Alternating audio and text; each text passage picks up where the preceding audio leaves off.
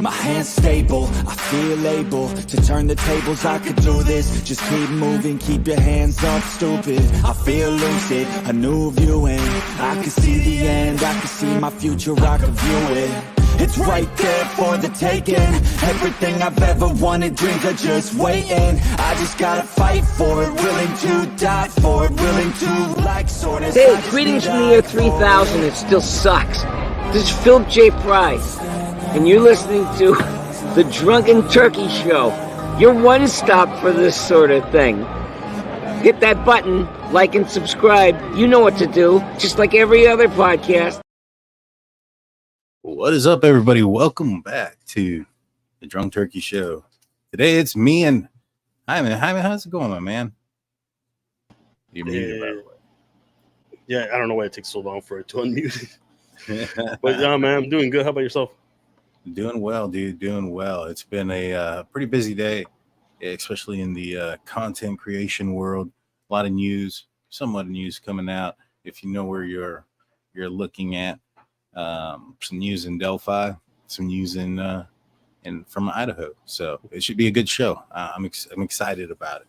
Hell yeah. So the other day we had on Rick Snay from Delphi After Dark. He is from the area. He grew up in Logansport, which apparently is very close to Delphi, and he has close ties to the area. And he stated that he received a couple of pictures of the crime scene, and he told everybody on our show Wednesday night that he was going to be drawing the crime scene out on a picture for everybody to see, and so that we can see for ourselves what crime scene actually looked like as far as the sticks and the body placement. And he had that today, and this is the drawing that he came up with. Well, as soon as it pops up, it should any minute. Is it blank on your side too? So far, yes. So far, yes. StreamYard's been doing this to us. I don't know what's going on. Yeah. I'm just happy that the chat is actually working. Remember last time we had to like actually use our phones to see the chat. Oh yeah, dude, it was horrible. It was horrible. There it is. All right, let's see if this works. Boom. There we go. We got it. All right, so here's the drawing that Rick Snake came up with, referencing the crime scene from the 4 pictures that he received.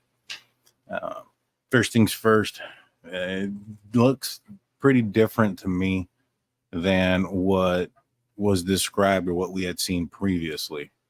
And what do you think? Yeah, there's some similarities, but there is differences too as well. You know what I mean? I mean, besides the fact that, you know, the branches were used to, you know, make some kind of symbol, or they were placed in specific ways. You know what I mean? Yeah. Yeah. Well, the branches and the logs were what the biggest question mark was.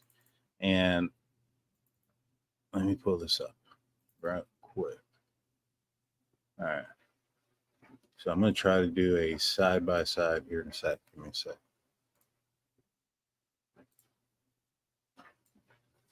Oh, man. He was saying that, was he the only one who received these pictures, or were there other creators that actually received them too? From my understanding, other creators had as well. It wasn't just Rick. I know that I want to say it was Murder Sheet that also has seen them, or has, you know, they've something to do with them. You know what I mean? Like, they've seen them, they're aware of them. And I guess I don't know if they also got them or not, but they are aware of them. And I think I don't know if they got them from Rick or if they got them from somewhere else, but they do have them. Yeah. All right. So here's the drawings, or here's what came out on Court TV on the right side, and on the left side we have what Rick Snay drew. So, there was that asterisk, and we'll start off with Abby's, what he has drawn for Abby. So first and foremost, the hand placement is different. On the right side, it appears that the hands are upward, but I think that's because they're using a shadow. And so if they would have put the hands in the position that Rick Snay placed them, they wouldn't be visible, right? So I think that's why that's there. The asterisk isn't as obvious. Yeah. Mm-hmm. What do you think? Yeah, I mean, like I said, like the similarities are there, but like you said, the way the branches on Rick's drawing is a lot more different than the one from the documents. Yeah. And does it look more random to you, or does it look less random? On Rick's, Yeah, it looks just it just looks random on Rick's more than on the other one, the right hand side. That one looks more like planned out, and they made sure that the branches are in a certain direction. Now, when I look at the position of Abby's body from the drawing that Rick put out there, and he said that the arms were placed on his chest, kind of like the chicken dance, one leg under the other. Could it be possible? And I think that I struggle with this only being one person, right? If there was two people there, do you think that it's possible if one person was holding the body from the arms and the other person holding the legs, when they placed the body on the ground, that they would fall into this position? Maybe the arms, but I don't know about the. I mean, they could easily put the arms in that position, but the legs. Like if you're carrying a body using their legs, I'm sure they're gonna put the, hold them for the legs, for the ankles, just place them down, right? Yeah, I think it's more. I think that was what they did that on purpose for some reason. right. Now he said that the antlers looked more like antennas, and this is the way he drew them out. I don't know if that looks like horns either, but we also have to remember that the bodies weren't found right away. They were found the next day. So I don't know if there could have been animals that had moved something, crawling through there, or possibly wind or any of the other elements that are out there that could have moved some of this stuff. Like there's even a chance, especially if, like, for instance, these branches are just laid on top of each other. If, the human body isn't flat, right? Mm-hmm. So if this larger branch here was like in the middle, it's possible it could have rolled one way or the other and just landed there. You know what I mean? That is true. Not only that, but I remember we were looking through a lot of when they took pictures of after they found the bodies. They took pictures of from where the cemetery is at, towards that spot. And I remember seeing there was like a cat, like there was animals around there. So I'm sure there's like deer around too that probably just wander around and might have, like disturbed that scene too. You know what I mean? Especially if it's like in that wooded area, you can see some of the trails in there. Yeah. From deer. Yeah. Now, one thing that Rick said on his live today, he stated that on Libby's body that there was blood on her hand, and it's speculated that he was speculating that it was possible that blood was Abby's. Now, this is 100% speculation. I don't know if this is true or not, but that if it were Abby's blood on her hand, then that would literally be some sort of signal or sign that Libby had Abby's blood on her hands, literally. And so I thought that was weird or odd, because when the bodies were described, Abigail didn't have any blood on her. It appeared that, based on the description from the defense team, that the killer or killers went to great lengths to not have the body full of blood. And so you have one that has blood dripped on them, and the other one that went through some great lengths. Now, in Rick Snae's drawings, he has Abby kind of looking up to her hand stretched out, and her foot coming down one way. The branch he described was more of the large branch here was more of maybe perhaps like a small tree trunk or a down tree. So this looks a lot different than what was explained, obviously on the right side. But I can see, how they explained it. They said that there was two branches that V'd off near the genital area of the body, which appears to have that here, the two branches, and the long branch that went along the left side. So it's there. It's just not as descriptive. And when it's described and how it's described, it looks like it's plausible, the one on the right side. You know what I mean? Yeah. So what do you think about this? This looks weird, don't it? Sure does, man. It's just like, it's hard to, without seeing the actual pictures, I can't really, you can't really like make sure it's just, you can't compare them, to these two drawings. Mm-hmm. You know what I mean? I don't want to see the pictures, Right. But yeah, no, I don't know. Yeah. I'd understand, but I don't know anybody that would want to see them either. Yeah, and like it's just hard. Like we gotta take someone's word for it, Right. So watch this. I'm about to send this to you, or I'm gonna send this to everybody. Boom, boom. Let me give me a sec. Let me pull it up real quick.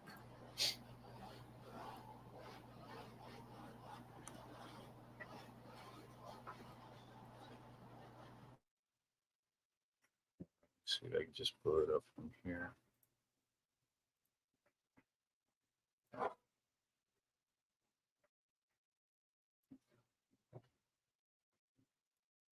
All right, so you see this symbol right here that says man for man.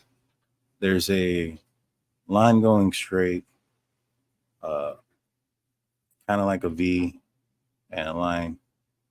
If Abby's body extended from her arm down to her foot, and if you were to, I guess, just kind of move it sideways, it kind of looks like this symbol was almost trying to be made, in my opinion. What do you think?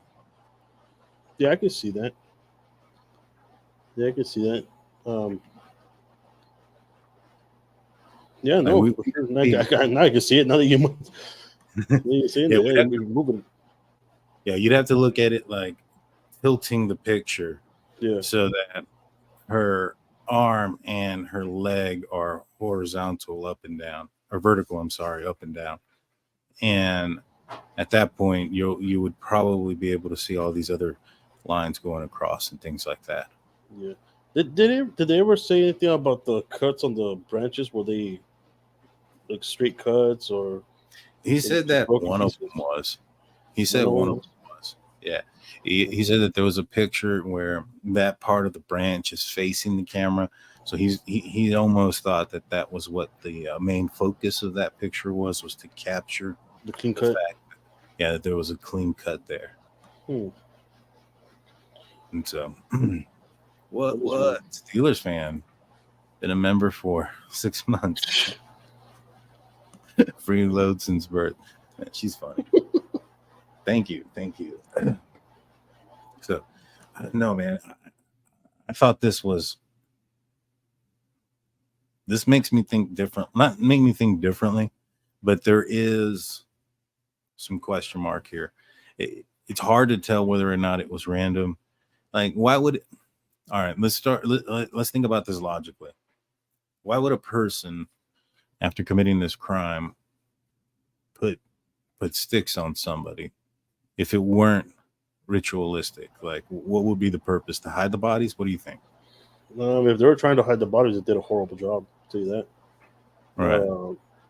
I think it might have been just to confuse the law enforcement, maybe, to make it seem like it is part of a, some kind of ritual. Mm-hmm. But So staged. kind of, staged in a way. That way they can, the person that actually did it can confuse the law enforcement, maybe, because like, I don't know, it's just like if there's only one branch that has a clean cut, the rest are all that were found there. And there were someone that was trying to do some kind of ritual. They would bring tools, right, and make those cuts or bring them from somewhere else, right? Yeah, and the evidence for that is the fact that there's no blood on the scene. Now, could it have happened that, well, one theory is that the reason why there's no blood on the scene is because they collected the blood. Right. Now, we saw the guy walking on the bridge.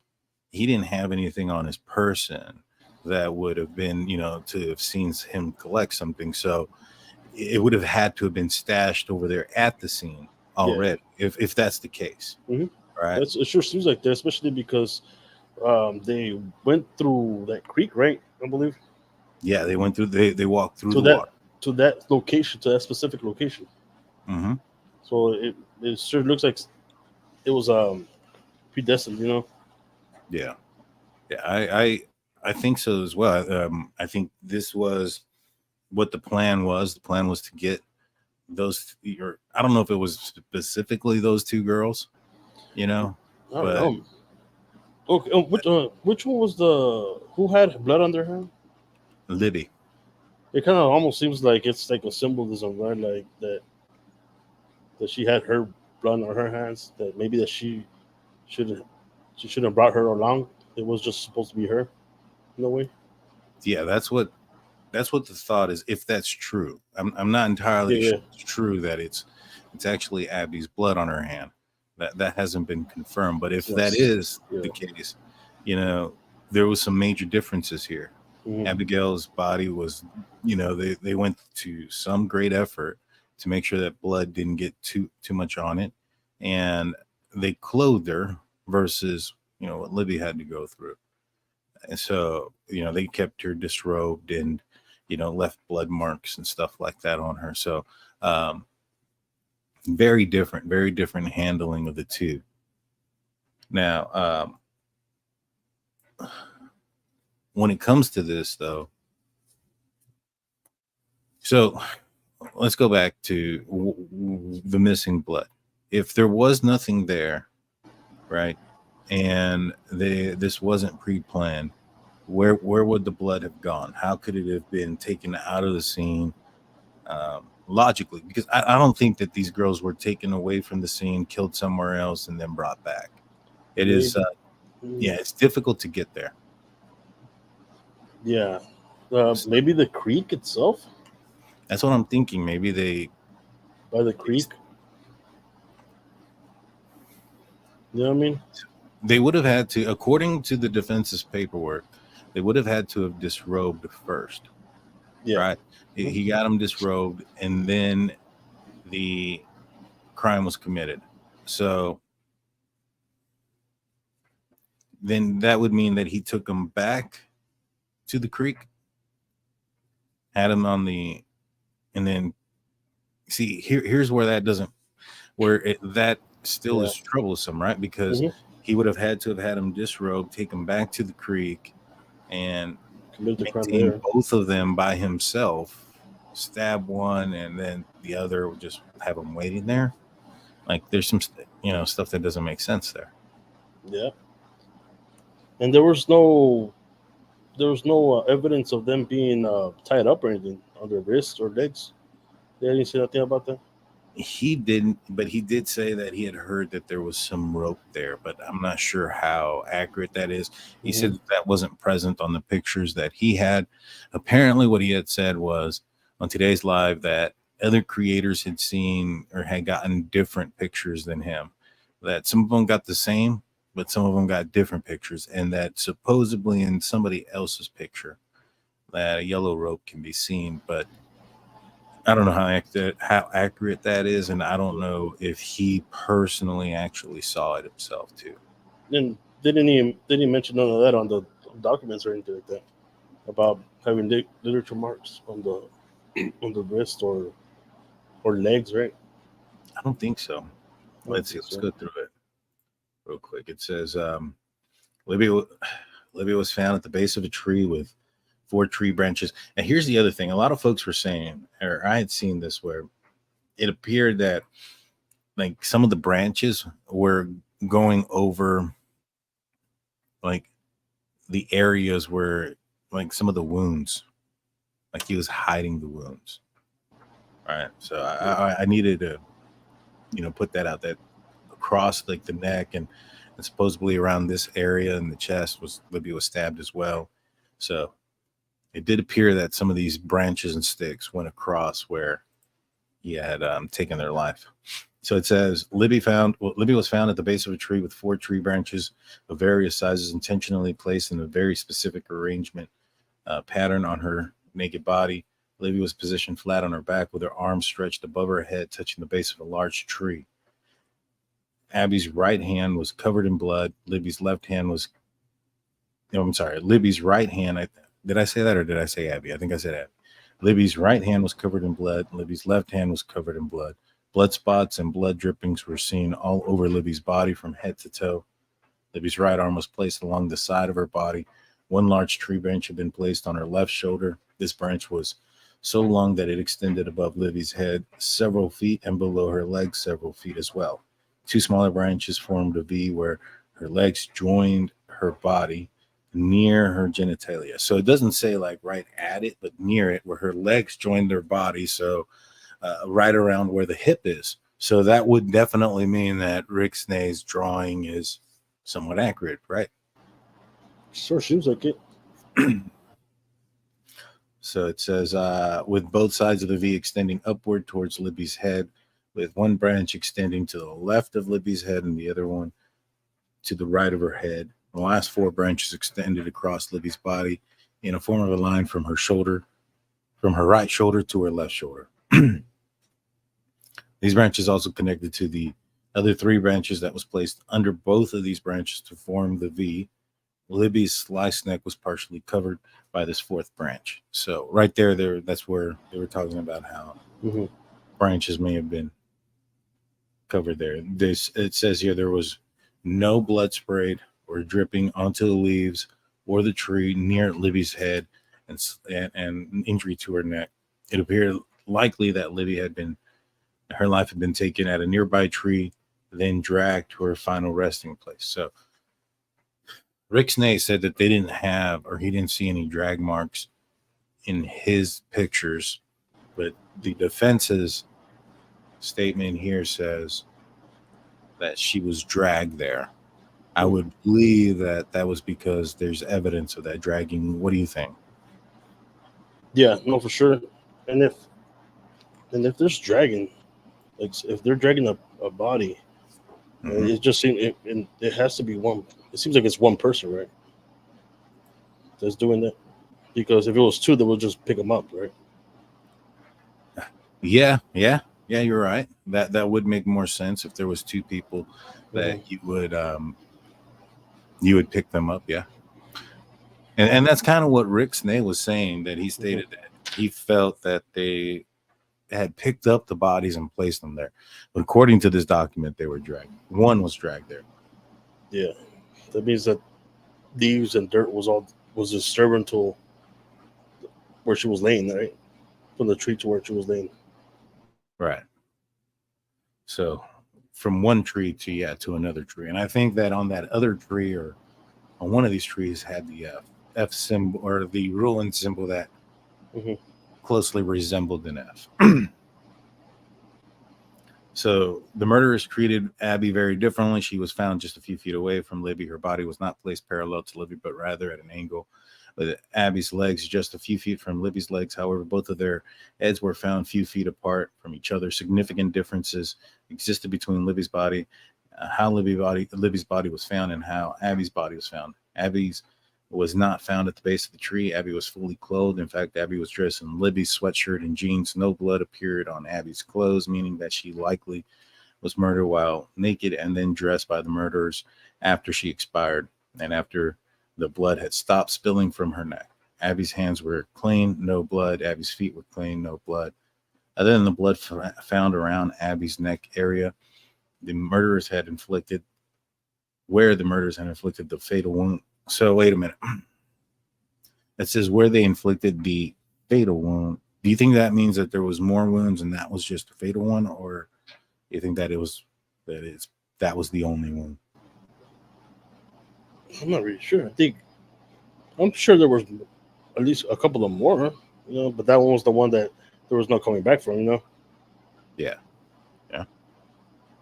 for sure. Just reading that out loud, that's kind of how I read it. I was like, all right. Very little, if any, blood was found anywhere else on Abby's body or clothing. Can't say that word. Juxtaposition of the spots and streaks of blood found all over Libby's body, with a lack of blood on Abby's body, undergarments, overgarments, is stark. The murderers appear to have gone to great lengths to keep Abby's body and clothing clean from blood. Abby was found on her neck. Abby was found on her back like Libby. However, unlike Libby, Abby's elbows were bent with her right elbows and arms placed on her chest. Abby's left hand and arm near the left side of her face, and the right hand and arm near the right side of her face as well. So a lot of folks thought that when it said that her left arm and right arm were both placed on her chest, that it was vertical, and it was like this instead. Mm-hmm. All right. Makes sense. So that description doesn't exclude or disprove what Rick Snay had drew. All right. It says Abby's left leg was straight while her right leg was bent at the knee. They placed the bent right leg under her left leg. Let's see. So here it says that at least one of the tree branches appeared to have been cleanly cut by some sort of instrument like an electric saw. And so, electric saw, wouldn't that make a lot of noise? Yeah, that's why I think some people think that they should have been brought. Now, Pat Westfall was actually on another podcast. He's the guy who basically has been, I guess, person of interest number one amongst the court of public opinion, so to speak. He's the guy that was friends with Holder, who these were the two friends who were Odinists that stopped being friends after February. Yeah. His claim that they stopped being friends because he found out that Holder was also going to church and was following Jesus, and he didn't think that it was right for him to follow both. However, what Holder told his wife was that they got into an argument and basically over a ritual, or that during a ritual over something that one of the other had done. Yeah. Now, he also said that there's a slight connection between Elvis Fields and and Pat Westfield, and that's basically another person. I can't remember his name off the top of my head, but that guy is who knew Elvis Fields and knew also Pat Westfield.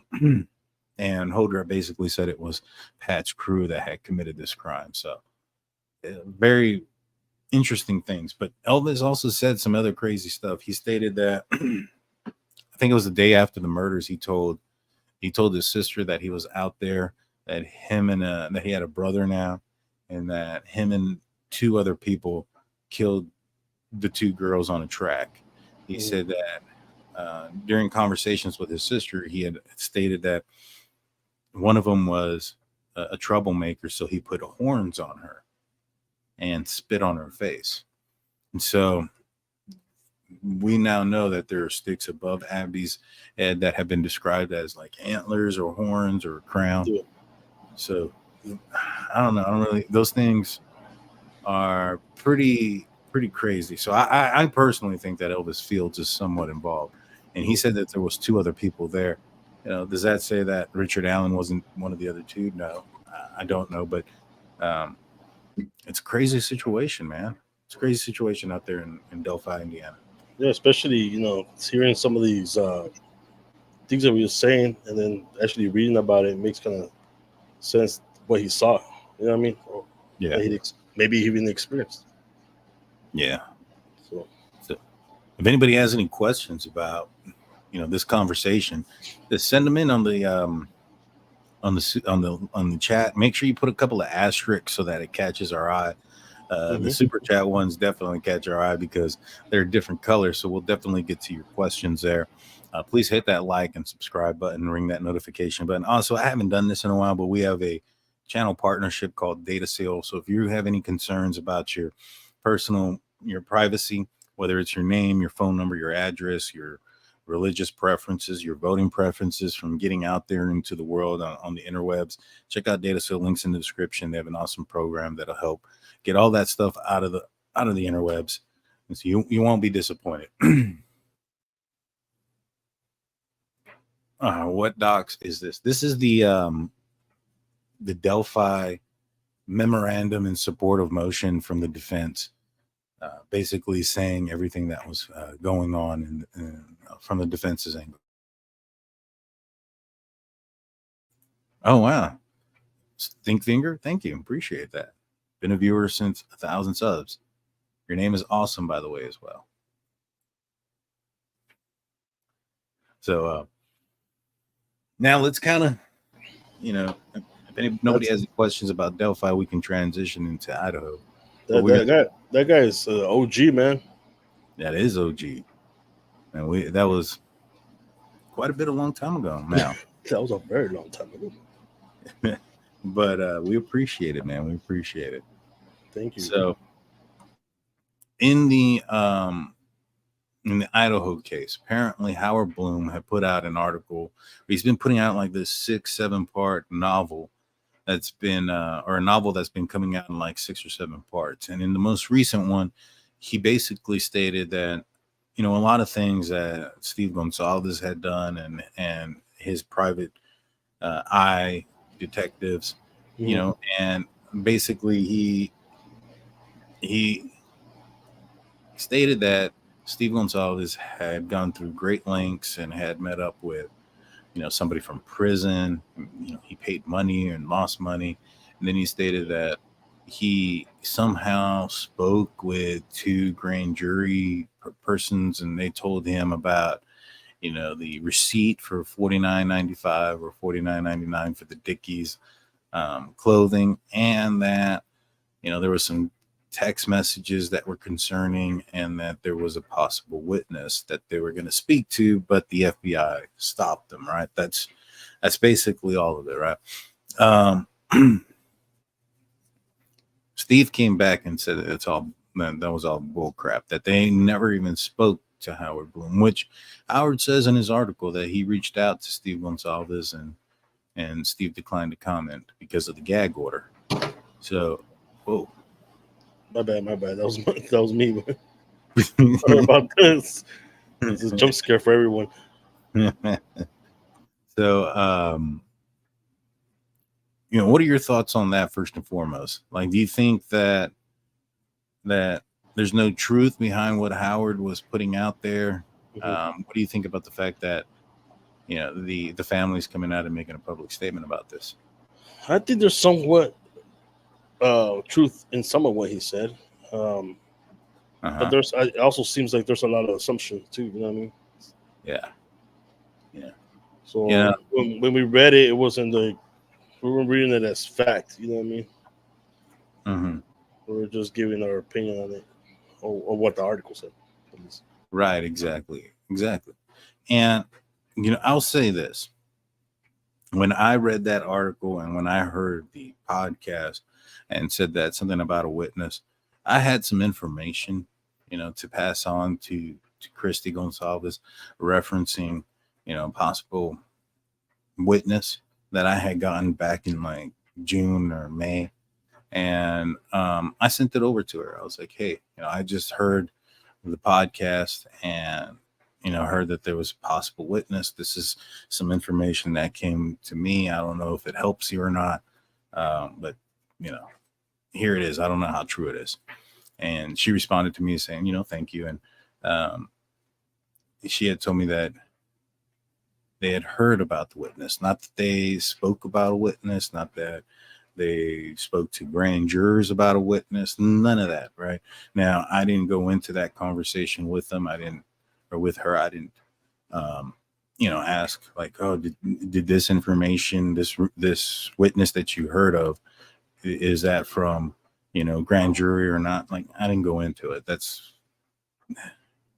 I didn't want to know, honestly. So, she told me who they thought it was, and I told her who I thought it was, and, a little bit of talk about it and some other persons.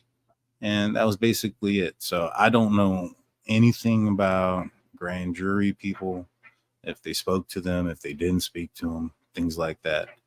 It's Sarah Bluth. Welcome to the membership. So I just, like I said, I don't know any of those things. I didn't ask. I don't want to know. I don't want to get involved in any tampering or things of that nature. If it happened, I'm not saying it did. I honestly have no idea. You gotta tiptoe around those things, man.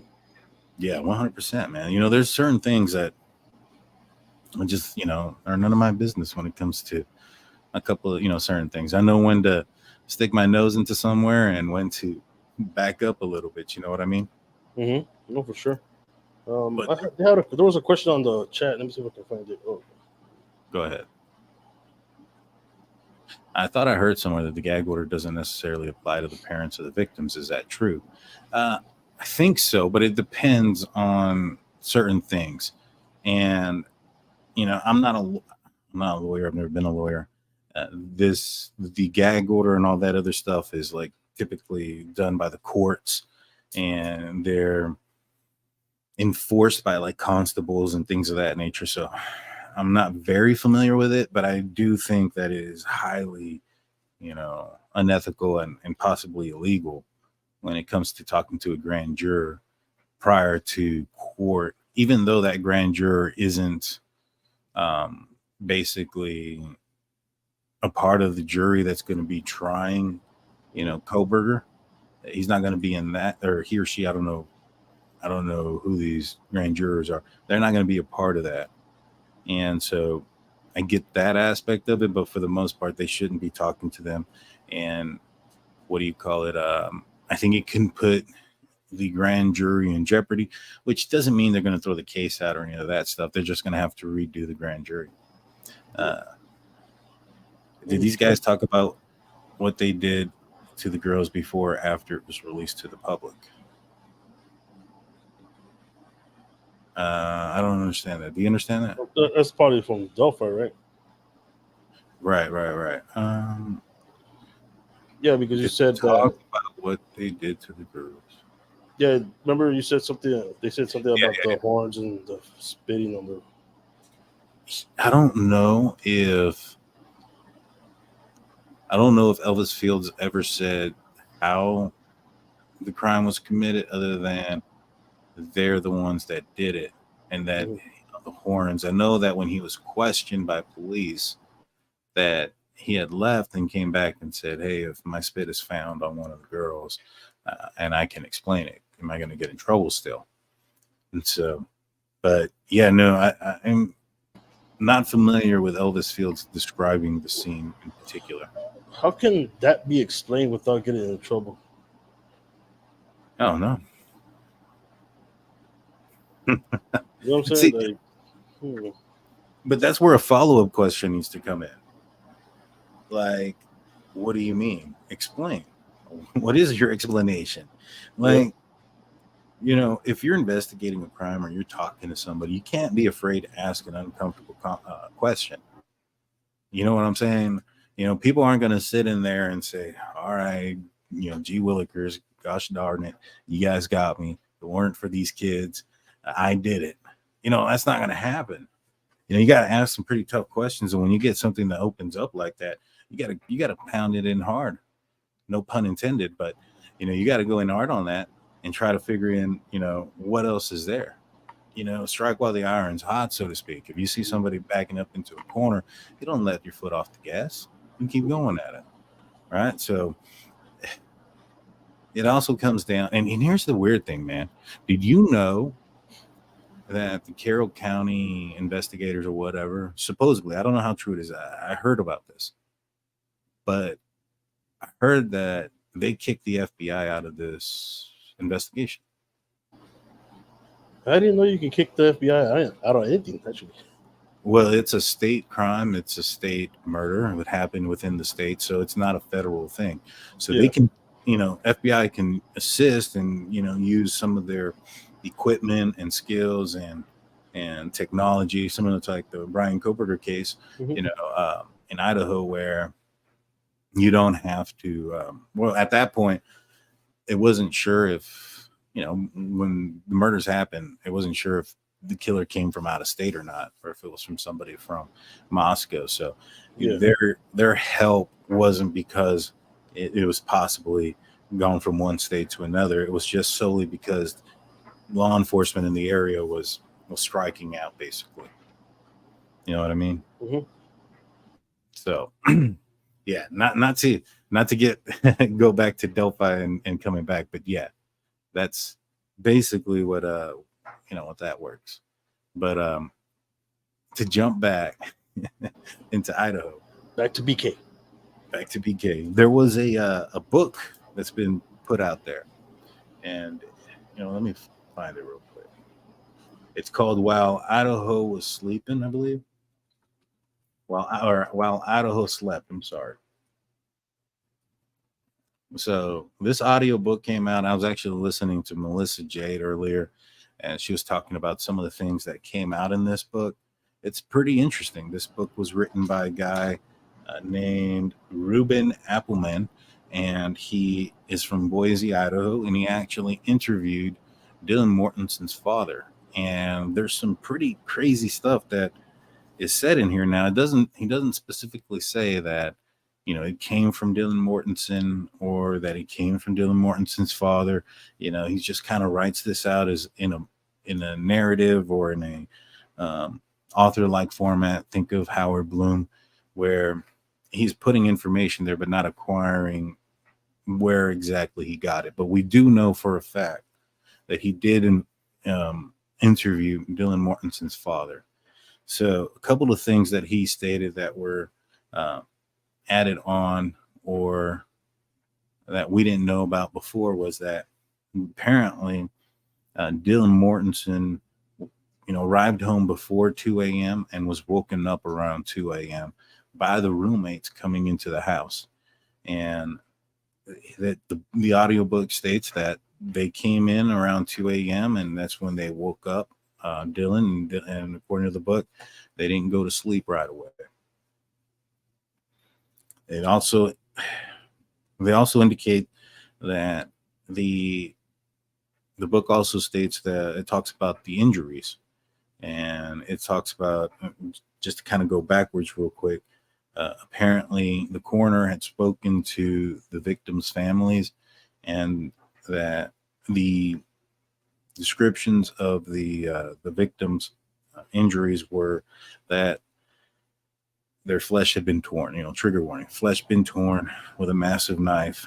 And that one that had significantly more injuries, such as like overkill was the word that Melissa J used for that. So Dylan was sleeping, woke up at 2 a.m. because the roommates didn't go back to sleep right away. She stated that shortly after 4 a.m., Dylan heard what she thought was Kaylee playing with the dog. And why she thought she heard Kaylee playing with the dog was because she heard the dog barking and movement across the floor.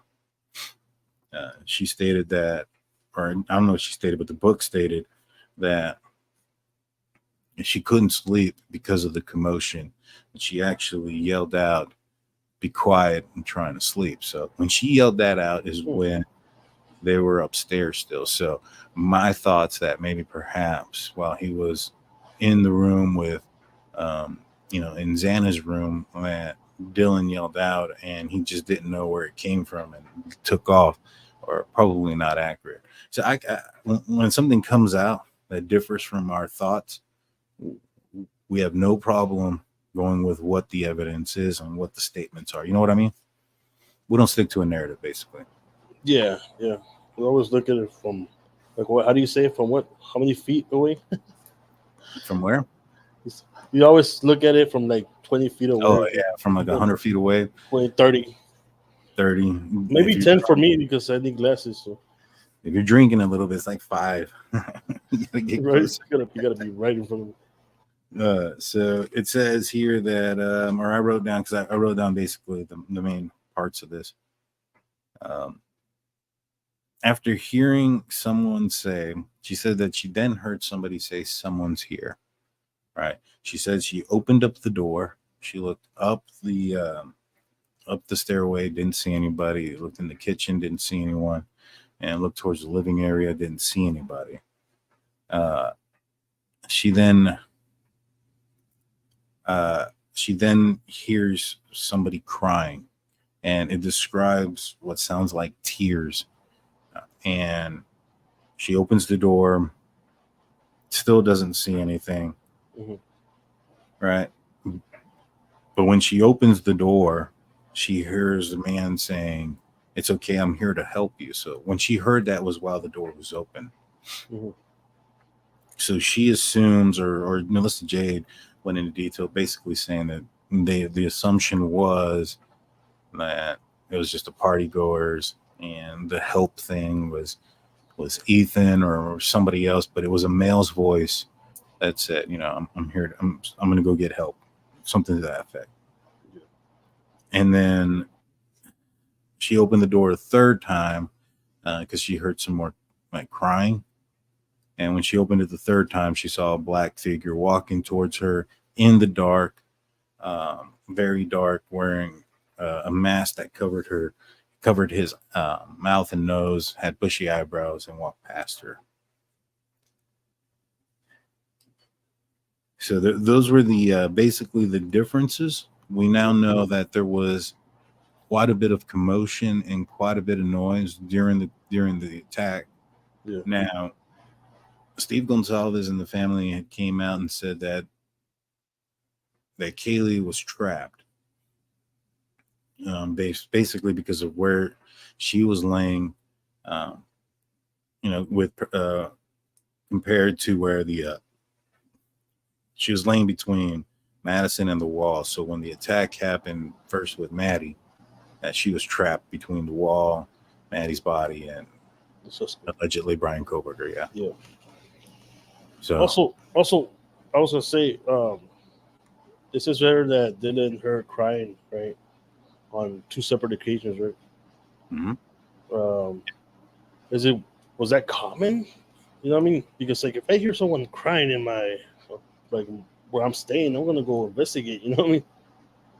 Yeah. So I'm guessing that was common, like for her to hear people. I mean, to hear people, yes. It sounded like, I couldn't tell in Melissa Jade's, what do you call it, in her podcast, what was some of her thoughts and speculation and what was coming out of the audiobook. So I'm actually going to go and buy the audiobook myself and listen to it. But what was your question again? It just slipped my mind. No, I was just saying that you think it was common for her to be hearing people crying around that time of night, for her not to go investigate, and to be on, to look at it this way, like, what about if she did go investigate? She would have been another victim. You know what I mean? It kind of goes both ways. It's kind of murky. You know what I mean? There's murky water in that one. Yeah, no, I understand what you're saying, and yeah, I mean, I wouldn't think that that's a common thing, right? But it definitely sounded like, according to this book, that she was more confused with it being somebody that seriously committed a crime and or someone who is just a party goer. Because by the sounds of what was coming out, it seemed like Dylan didn't know and decided to go to sleep, which just doesn't make any sense, to be honest with you. But people do things sometimes that just don't make sense, like especially when they're put in the most pressure of situations. Stress can make people act kind of weird. You know what I mean? For sure. Angel D says there was a lot of confusion regarding what Christy told Daniel about DM contacting everybody in the house at 4:20 a.m. Can you clarify, please? Christy told me that there was a rumor that apparently Dylan had called out to everybody in the house, whether that was verbally or over the phone. She wasn't sure. And then I reminded her, I was like, hey, well, you have the phone records. Did Dylan call her? And she said she went back and looked at that Dylan had not called her. Now, if there was text messages or any of those things, that doesn't show up on the phone records, but that there wasn't a phone call made at 4:25 from Dylan to Kaylee. Now, if she called somebody else, whether it was Anna, Ethan, or Maddie, I don't think they're aware of. Mm-hmm. Karen D comes in with a $9.99 super chat. Thank you so much. I've been wondering about the door being closed in Xana's room and the theory that he would have minimized any touching. Do you think BK closed the door, or was it movement inside once he left? The way Melissa Jade made it sound, it sounded like that she still heard crying after the guy left, or while he was leaving, that crying could still be heard. And if that's the case, then that means that definitely there was some movement there after the fact. We do know there was a loud thud at 4:17 a.m.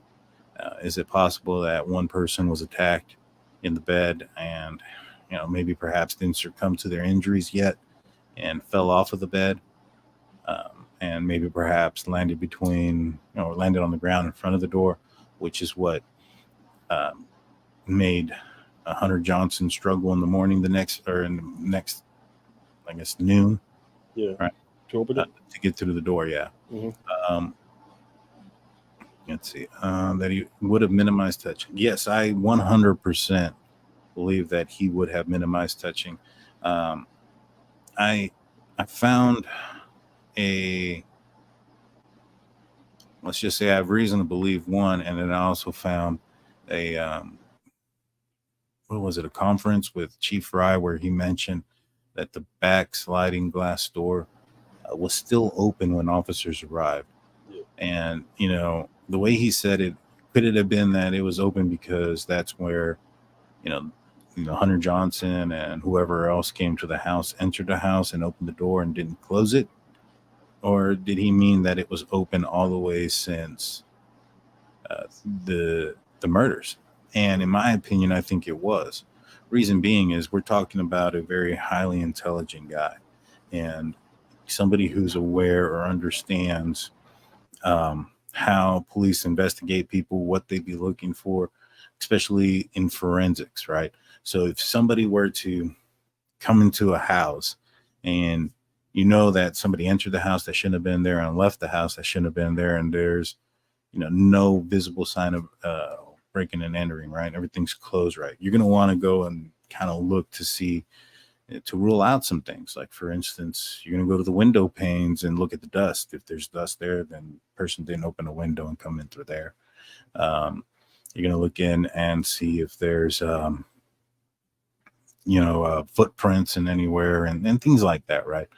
And when it comes to entering and leaving, I believe that there's probably something that made police believe that the door was open from the outside and never touched again from the inside. Yeah. And the reason why you do that is so that way, every time you touch something, brings up the likelihood that you could be leaving your DNA behind. Mm-hmm. Yeah.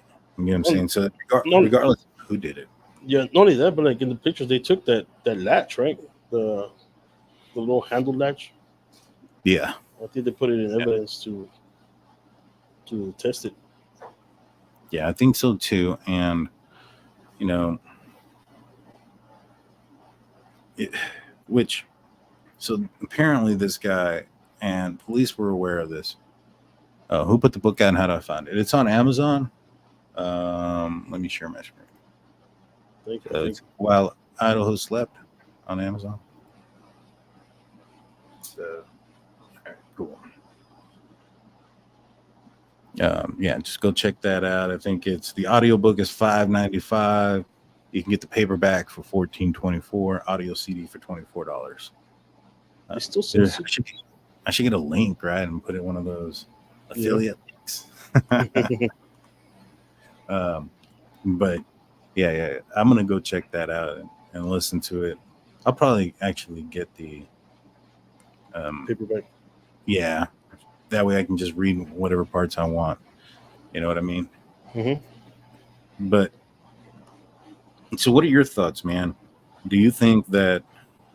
What are your thoughts about the surviving victims now knowing that there was enough noise in that house or commotion that Dylan couldn't sleep because of it, and she still didn't call 911 despite hearing all the crying and seeing a person in a mask? Man, it would have been like I would have thought differently if that's all she happened. Like, that she heard stuff going on, but she never looked outside the door. Right.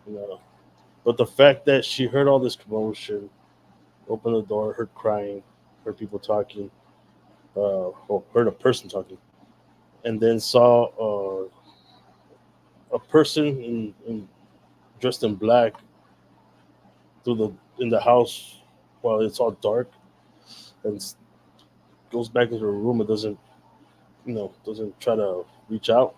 It's kind of like, I don't know, man. I guess like you said, people when you put them in like those high stress situations, they can go in 1,000 different ways. You know what I mean? Their actions. So I wouldn't know what to do. I mean, if I was in that situation, I wouldn't know how I would react. Yeah. No, I agree. I agree 100%. It's just hard because everybody's trained from very young that, if something happens, you call 911, right? 911 is where you go. And not only not call 911, but also to have other people call 911, call friends over first or summon friends. That's the part that kind of really bugs me. Yeah, for sure. Norma says, who are the 4 cowboys that went into the house and then left right after it happened? Drip Drop has a video on them. They're probably Idaho State Police investigators, detectives. Here in Texas, when you go and look at like the county police department or the county's sheriff's department, and you look at their sheriffs will wear a specific type of uniform, but when you look at their CID or criminal investigation division and those investigators that are a part of that, they typically wear that type of clothing. Given the fact that this is Idaho range area and, out in rural market, it's probably some just regular detectives going in there and doing some sort of normal investigating. I don't think it's anything suspicious. What do you think? He's releasing something. Oh, it's gas. Can you hear me? Yeah, I can hear you now. Okay. I was like, what the hell? What'd you say? I totally lost track of what you're saying because the mute button wouldn't work. So Norma had asked about these 4 cowboys that were seen into the house, and I explained that it's a rural area. It's probably the state police department or here the county officers, sheriff's department. Yeah. They're investigators, which would be the equivalent to a detective, kind of wear attire similar to that. And given the fact that it's rural, I would expect them to wear something similar to that as well.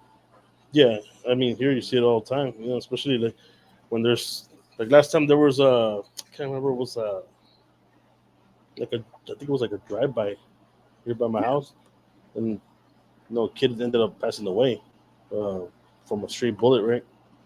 Mm-hmm. And I was probably like maybe I'm like 2 blocks down from there. Oh, geez. Yeah, so it would happen around like probably like 1 o'clock in the morning, and I heard the sound, but I didn't know what it was. You know what I mean? I was like half asleep, and then I heard the sirens, and then the next morning we passed by. Well, it was like maybe like six in the morning. I passed by because that's around the time I get up to go to work and whatnot. I said, "Why not?" So drink. Drink. Yeah. And yeah, sure enough, there's detectives and everything, but like you can tell that the detectives from the police real fast because they're wearing whole different. The outfits are a lot different. Yeah, their attire is different. Mm-hmm. And you know I remember seeing them. Then they pushed everybody out and they went in there. Yeah. I guess it was like a second sweep or something like that. Yeah, 100%. Mitch Girl says, I read and unconfirmed Kaylee was trying to contact Jack because the dog was listening. Now, Christy said she was trying to contact Jack because of she wanted him to come over. Nothing because of anything crazy. Mm-hmm. You know what I mean? More like two people trying to get back into a relationship together. Yeah. You know what I'm saying? So it wasn't nothing nefarious. Yeah, I mean, Jack is from my point of view and from what I know and what has been put out there, the extent that the Goncalves family went to check into him, the fact that he passed a lie detector test, the fact that his phone was forensically gone through and he was very cooperative. I don't think he has anything to do with this case. Yeah, no, for sure. You know what I mean? I mean, in the beginning, like the thing that we heard about Jack was like, oh, you know, the statement that they had said that people got cleared too soon, too fast. Yeah. And then we come to find out that it wasn't, you know, that actually went through an interview, or polygraph, you know, and they took pictures of him. So it wasn't that fast like everybody thought it was. Right. And well, I think they were more in-depth investigation, you know, on him at least. Right. I think they were referring not so much to Jack because they were saying that Jack was innocent this whole time, but that there was a lot of people that were getting cleared right away. Yeah. No, I wasn't saying there was Jack. I was just saying they were saying in general there's some people that got. So everybody like assumed it was like that. Everybody just got cleared real fast, including Jack. Right. You know what I mean? Why was Maddie also calling Jack? I mean, like if somebody or something serious was happening, I don't know if you're also going to call you know your best friend's boyfriend. Now, as far as the whole dog thing, you know, is Maddie also going to call him? I don't know. I think I've never heard that about the dog thing. And, you know, like I said, Christy has said it, that it was nothing nefarious. I think that what it was just her probably calling from two different phones to get him to either wake up or whatever. But I don't think it was anything nefarious. I think it was just, I mean, there's a possibility her phone died or something, you know? Mm-hmm. I don't. Yeah. What do you think? Well, it could also be, you know, maybe they had some. I know they had just broken up, right?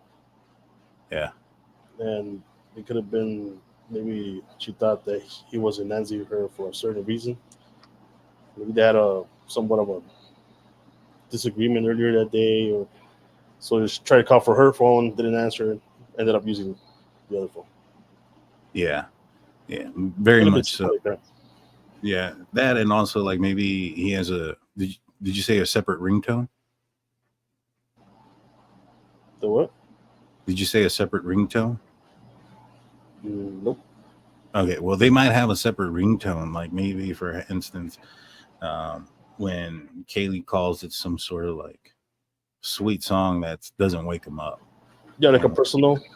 Yeah, when anybody else calls, it's like a ring that could wake him up. So I don't know, but from what I understand, it was two girls just hanging out that night and talking about well, I don't know what they were talking about, but basically what it has been alluded to me was they were just talking about boyfriend stuff, and that the calls to Jack were nothing nefarious at all. DB Tape says, Daniel, what do you think about Payne and Blaker didn't arrive until 4 p.m. doing interviews at the station, etc.? Yeah, exactly what they were doing. So Christy had told me that Jack DeCore was woken up by his roommates around sometime between noon and 1:30. And the reason we know it's between noon and 1:30 is because police were already there. Police weren't called till noon. And Christy Goncalves had told me that she attempted to call him at 1:32 and he didn't answer. And that was because he was already at the police station. So sometime between noon and 1:30, he had walked over to the 1122 King Road residence. His house, or where he was living, was just a block down the street. So he'd walked up there and he asked an officer what was going on, that his ex-girlfriend resided there. And immediately he was told that he'd have to go to the station to answer some questions. And he had been there throughout from that point till late that night. So, if you have a situation where you have what was known at that moment, right?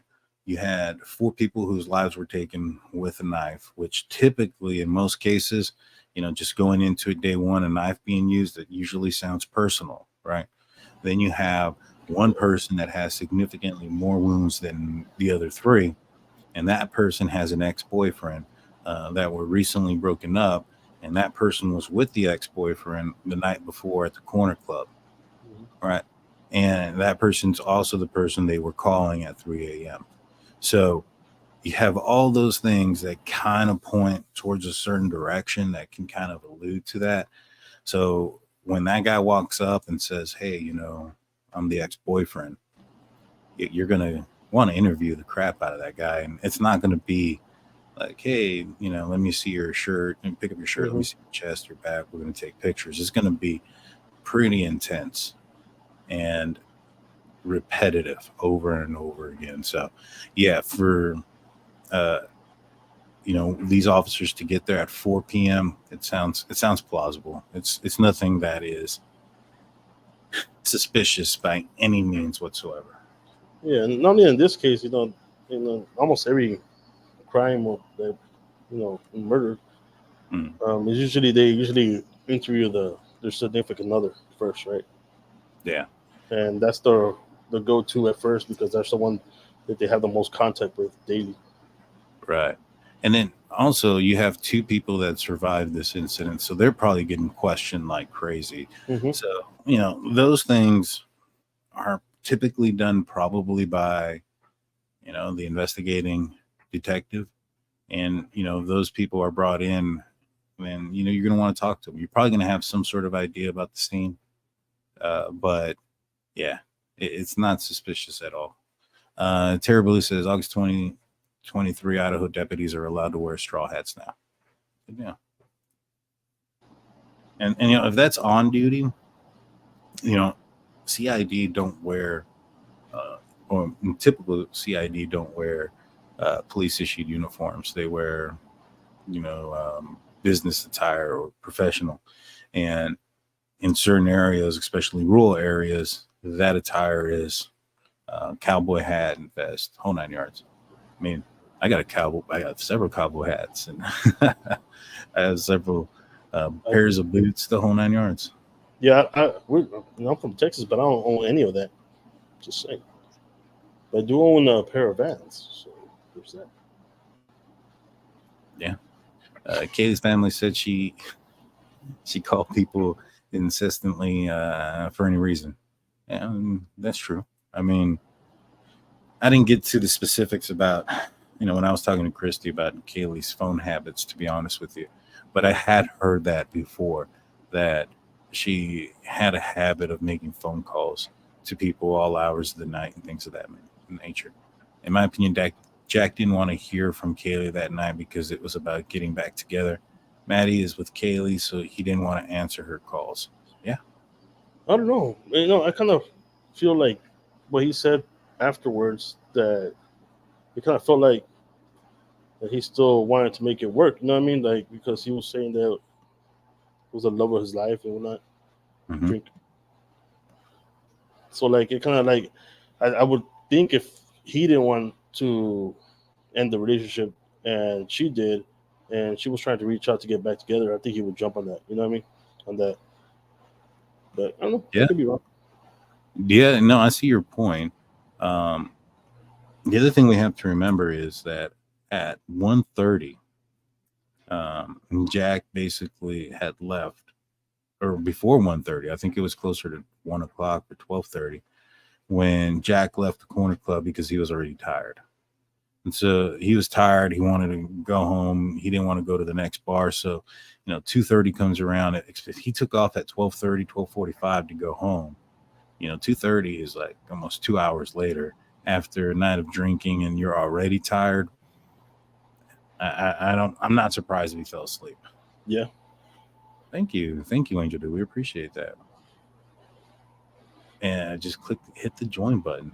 We'll be doing another members only live soon. We just did one not too long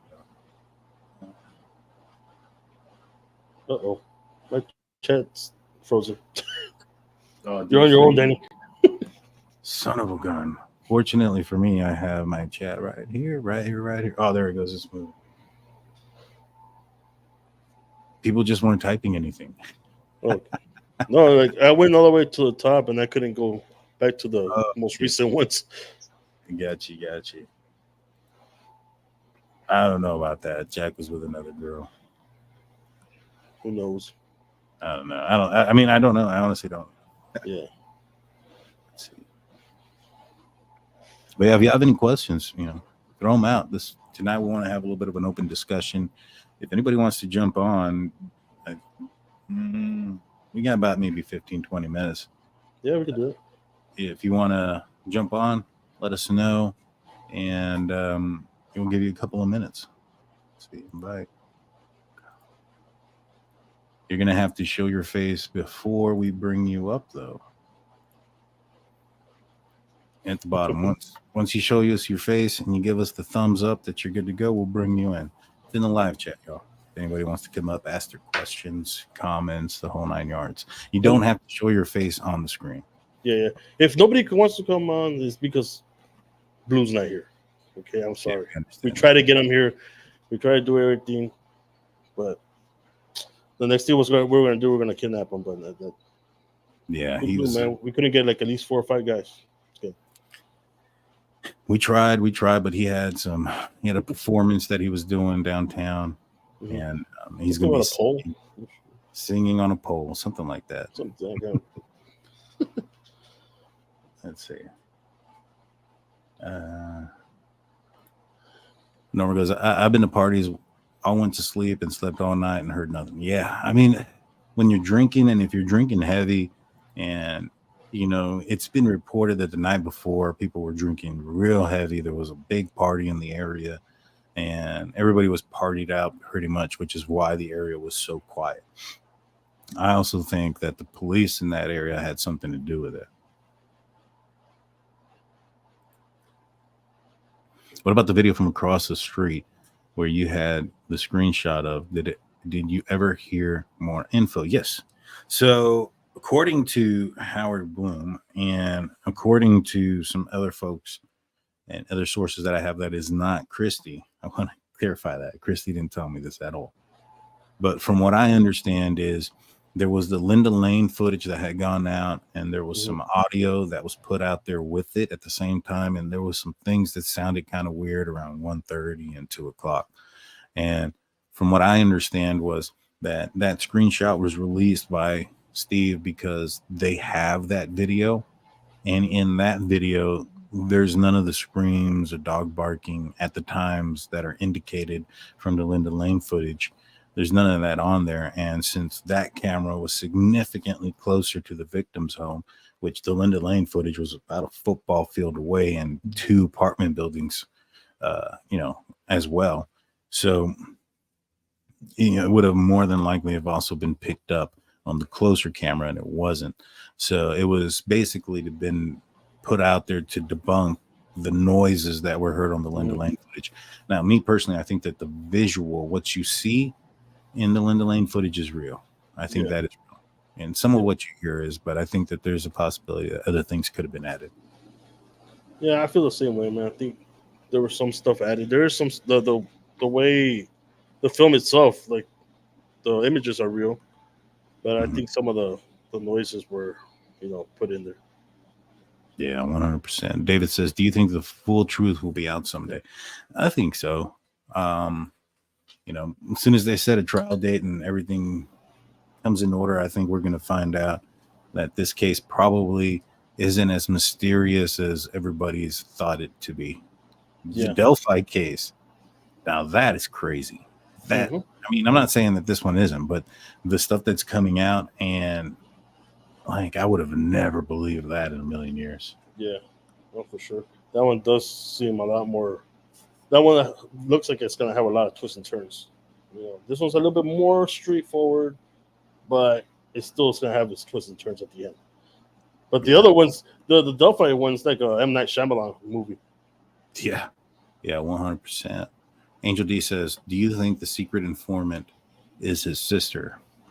I mean, I don't know. His sister came out and, well, there's been rumors that, and NBC had also reported that the sister, they have sources that the sister had made some weird statements about Bryan Kohberger, that he was wearing gloves, and that seemed odd, and that they speculated that he may have committed the crime, and this, that, and the third. If that stuff is true, if that is ended up being true, that she did state those things, then I think that there's a good chance she could be one of the secret informants. I personally think it's the DoorDash person, based on what I read in the probable cause affidavit, based on the fact that that person was there. And I'll say this, the DoorDash person is not who Christy had told me who they thought was the informant. It was somebody else. And so I do want to clarify that. That's my thought, my own thought. And so is the sister. That's my thought, based on the words that they're saying, and then also based on the words in the probable cause affidavit. If you go back to the probable cause affidavit, it states that the DoorDash person basically self-reported that Xana had received the DoorDash order. So that person came forward. And if any part of the Howard Bloom article is real, right? If any of it is truthful, and there was an informant, and people were getting close to that person, but the FBI got involved and said no because it was through a tip, that would make sense. The DoorDash person, I don't know if BK's sister sent in a tip or anything. The statements, it sounded like to me when it came to BK's sisters, if those statements were made, I don't know if they were come from a tip or they came from the scene, while they were there, or that maybe perhaps if she did make those statements, she may have gone directly to the police, and those wouldn't be the same thing as a tip. But good question. Thank you. So what's the court hearing about in 2 weeks referencing? Oh man. I think it was the grand jury, if that's going to be kept or not, if they're going to throw it out. So I think that's what it's going to be about. I'm excited to see it. Let's see.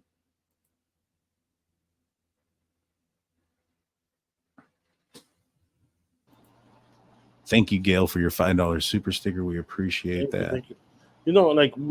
I still have a hard time with that informant eyewitness kind of thing. You know what I mean? Yeah.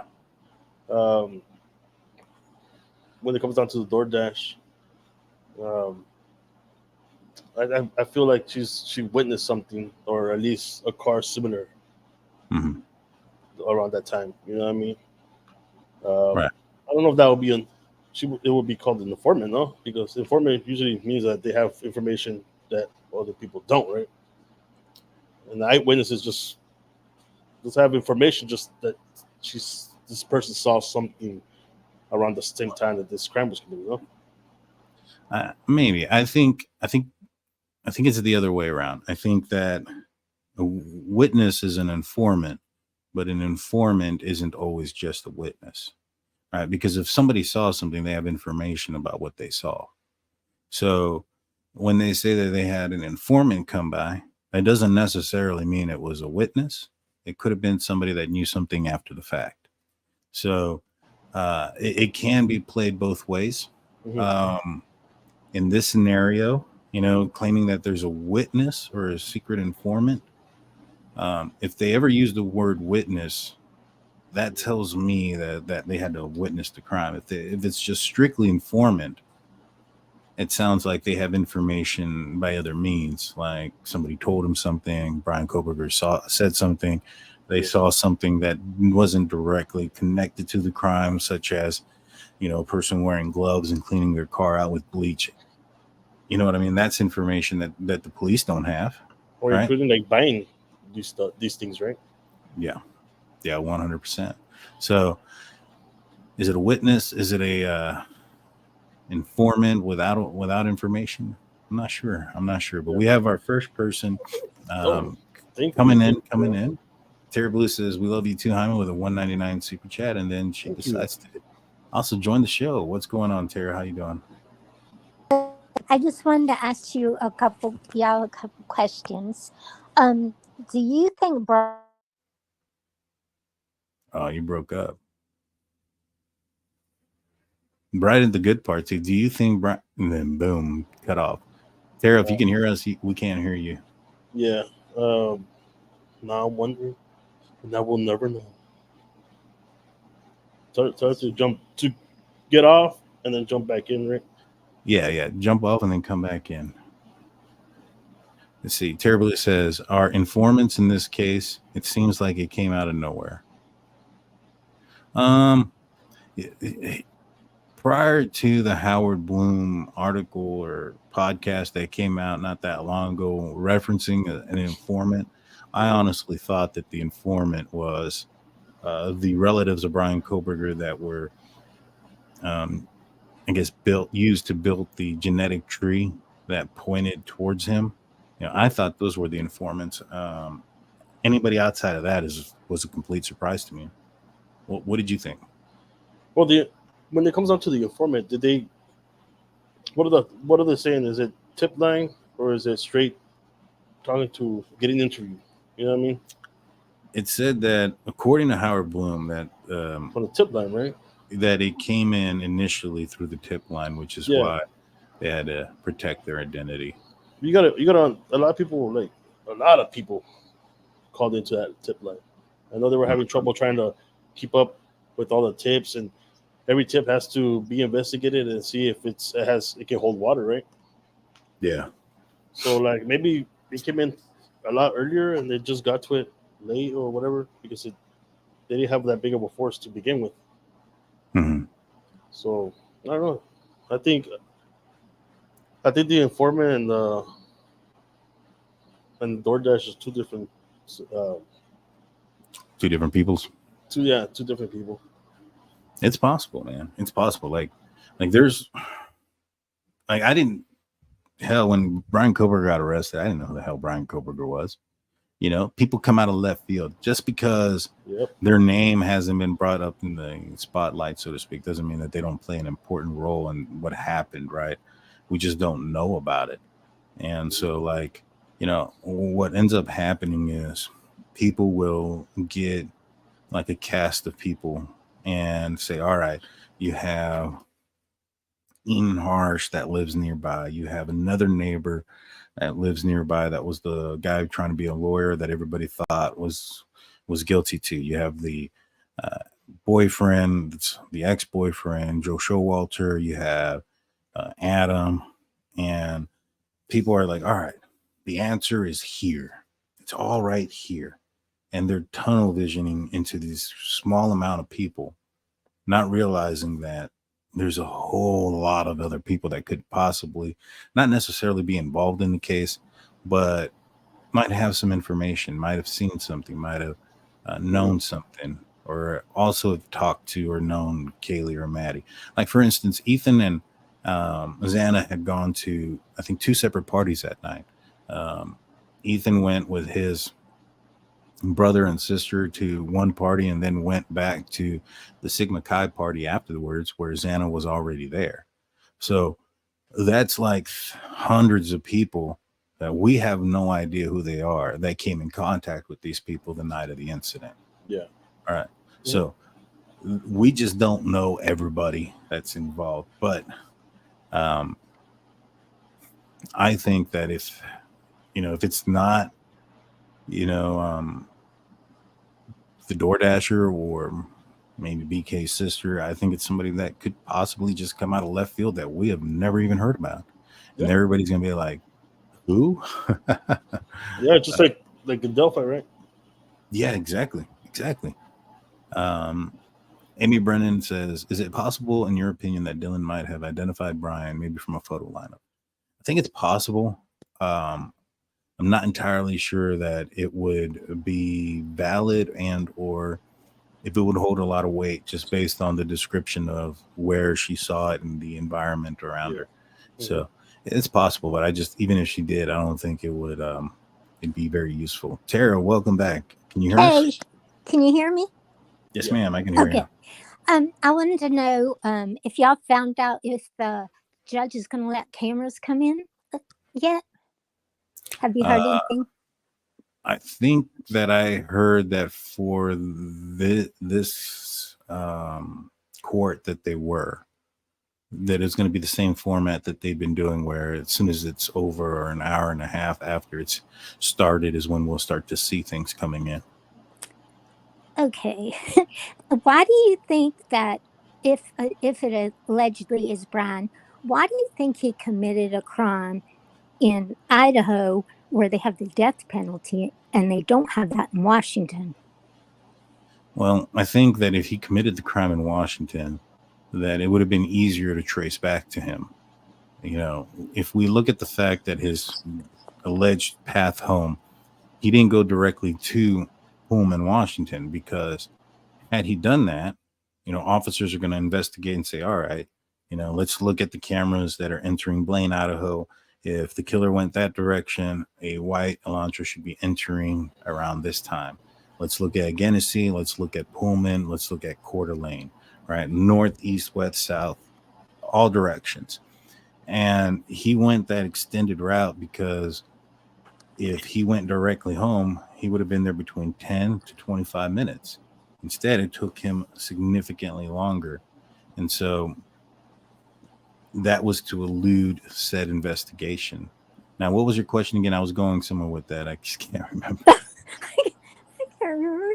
Oh, why did Bryan go allegedly commit a crime where they have the death penalty? Yeah.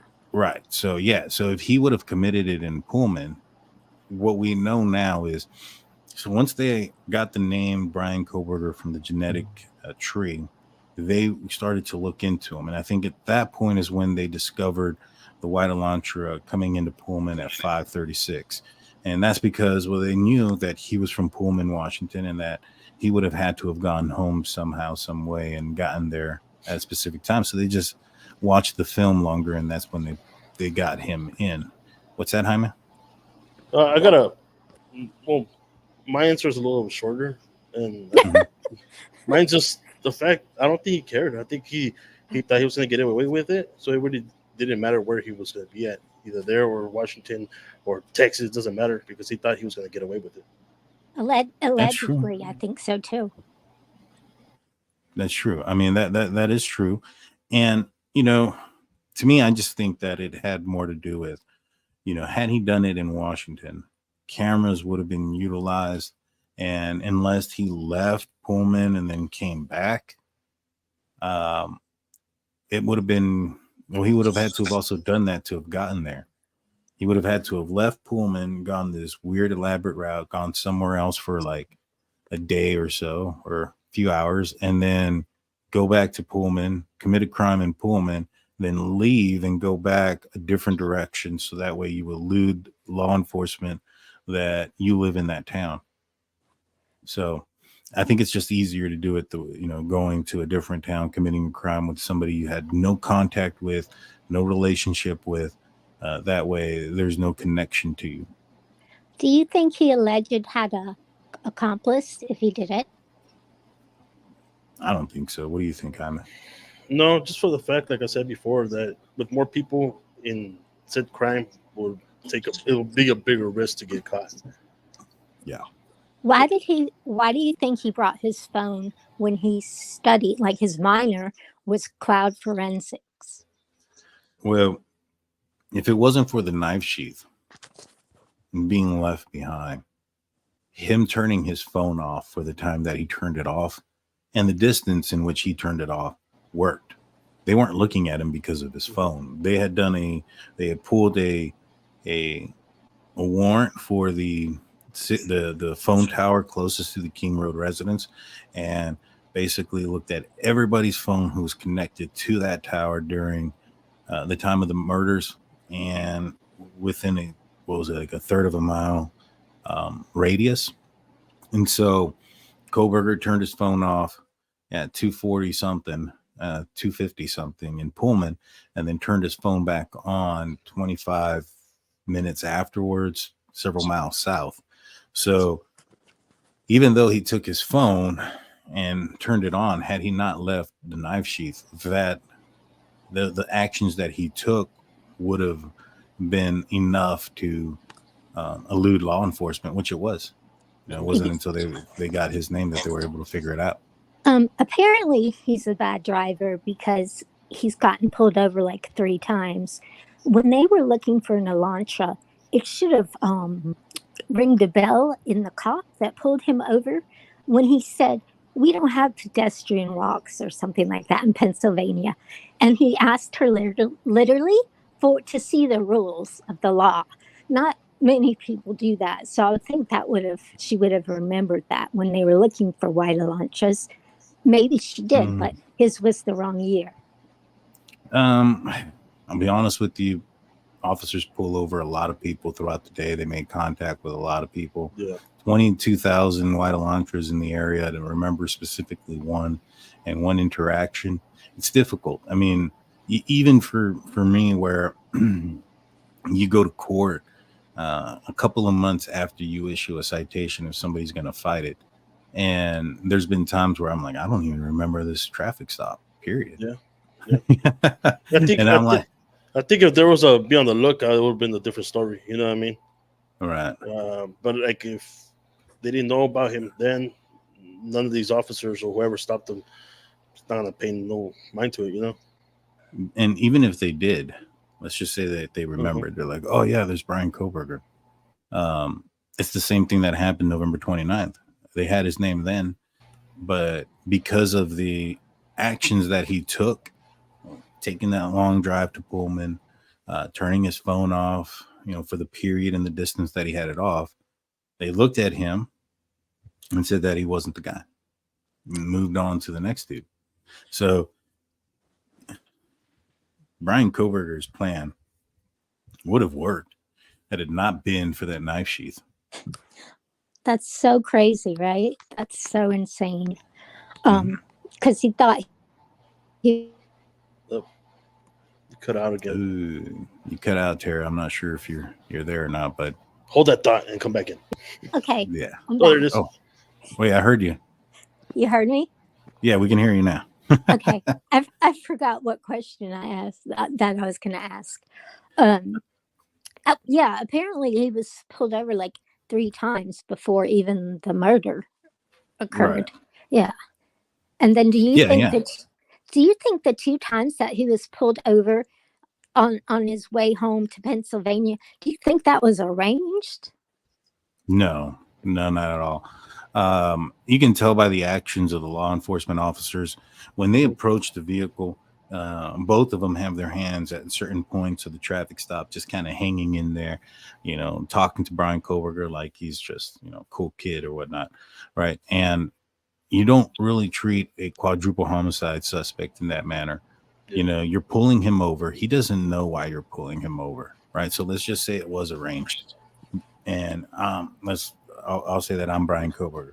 If I'm driving, I committed this crime, and I know I committed this crime. They're looking for a vehicle that looks like mine. I see lights coming up behind me. I'm not necessarily automatically thinking that this is first and foremost a traffic stop. Yeah, I'm thinking they're coming for me, right? And the officer behind them that's lighting them up has to think that that's what that person is thinking too. And in those type of situations, people are desperate and they'll do things. Mm-hmm. And you don't want to approach that scene just kind of like unprepared. It's an officer safety issue. So Yeah. based on the demeanor of the officers, I don't think so. What do you think? No, for sure, man. I think the way the officer was acting didn't seem like it was arranged or it was planned. I think even besides the fact how Bryan Kohberger was acting, he was acting in a different way as he was to the female officer stopping him, right? But Yeah. other than that, like you said, like if he was called in, it's like, hey, this car possible suspect of this crime could be armed. I don't think he'll be just rolling up in close enough for him to to get hurt. I mean, he will take precaution. Yeah. Because he was Yeah. like hanging in the window, right? The cop. Yeah. Yeah. When He was hanging. talking to him.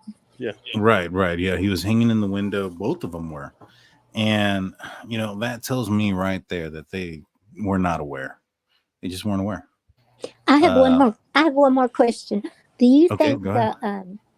do you think they're gonna want to change a venue?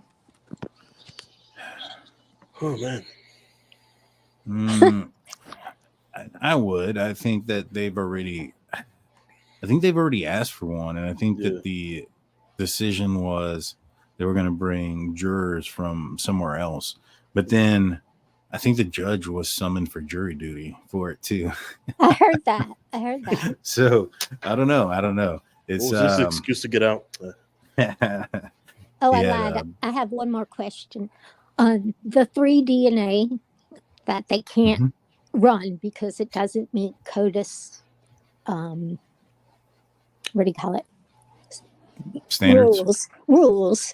So I guess we need to know which rule it is because CODIS has a long list of stuff. So, and I guess, I don't know what y'all's thoughts are, but I guess the 3 DNA, we're never going to know. Right. So, well, first I want to thank you, Tara, for coming on. I appreciate it. Thank you. And asking some excellent questions. Thanks for having me. You're welcome. So, well, I'll let you answer this first, Jaime. What do you think? I think they have to have evidence that there was more involved in order for them to go further in with this DNA. You know what I mean? If it for any reason the evidence shows that it was just one person, one suspect, I don't think they have the requirements to go and run these DNAs and find out where they're from. You know what I mean? Kinda. For me, I don't think that it's not a matter of not wanting to run it or things of that nature. I think it's a matter of priority. I think it's a matter of resources and time, right? So you have only so much resources and personnel and help, right? If you send 4 profiles to them, to somebody to do a genetic tree markup on, you might get the results, might take a while. So, you probably are going to go in order from the one that you feel is the most important. And then as they clear out and you get names, because it's going to be fairly quick. It's easy to clear out somebody. It's not that difficult. If I got the name, let's just say there's a burglary and there's 3, DNA samples there. And I got the first one was Big Blue, right? And I'm like, all right, this was on the mannequin that had the clothes that were stolen. So this one was the closest to the item that was stolen.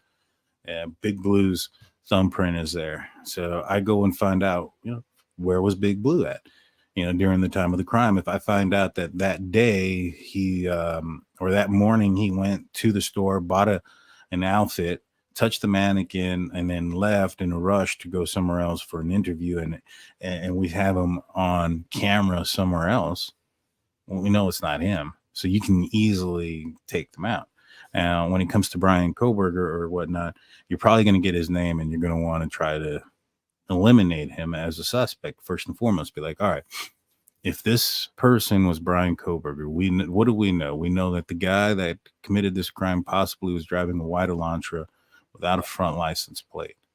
And they're going to go look at Kohberger and say, all right, did he operate or have possession or control of a wide launcher without a front license plate.